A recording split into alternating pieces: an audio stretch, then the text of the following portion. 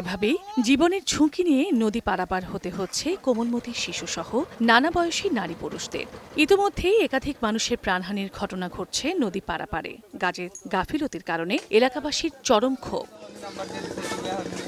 টাঙ্গাইল সদর উপজেলার সঙ্গে বঙ্গবন্ধু সেতু সংযোগ সড়কের সহজ যোগাযোগের লক্ষ্যে ২০২০ সালের ১৩ সেপ্টেম্বর কালিহাতী উপজেলার জোকারচর ধলেশ্বরী নদীতে ব্রিজ নির্মাণের উদ্যোগ নেয় এলজিইডি।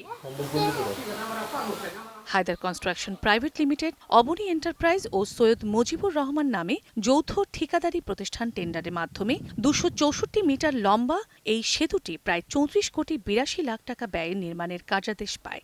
যথাসময়ে কাজ শুরু করলেও নির্ধারিত ৩ বছরে কাজ শেষ করতে পারেনি। আবারও তাদের আরও ১ বছর সময় বাড়িয়ে ২০২৪ সালের ২৭ অক্টোবর পর্যন্ত সময়সীমা বাড়িয়ে দেয় কর্তৃপক্ষ। অতিরিক্ত দেয়া সময়েও কাজ শেষ করতে পারেনি। এ পর্যন্ত হয়েছে মাত্র ২০% কাজ। কর্তৃপক্ষের নজরদারি না থাকাকেই দায়ী করছেন এলাকাবাসী। অর্ধেক পাউডারে দ্বিগুণ উজ্জ্বলতা। নতুন রিন অ্যাডভান্সড অর্ধেক পাউডারে দ্বিগুণ উজ্জ্বলতা।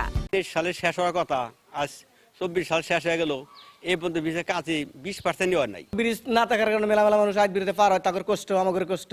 ৯টার পরে নৌকা পাই না, খুব কষ্ট হয়, তারপরেও যাই।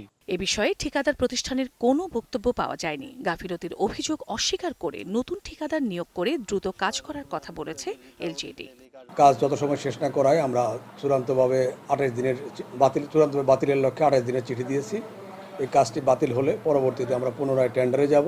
ব্রিজটির নির্মাণ কাজ শেষ হলে টাঙ্গাইল সদর ও কালিহাতী উপজেলার অন্তত ৫০টি গ্রামের মানুষের যোগাযোগ ব্যবস্থা উন্নতি সহ কৃষিপণ্য ন্যায্য মূল্যে বিক্রির সুযোগ তৈরি হবে। সময় সংবাদ, টাঙ্গাইল।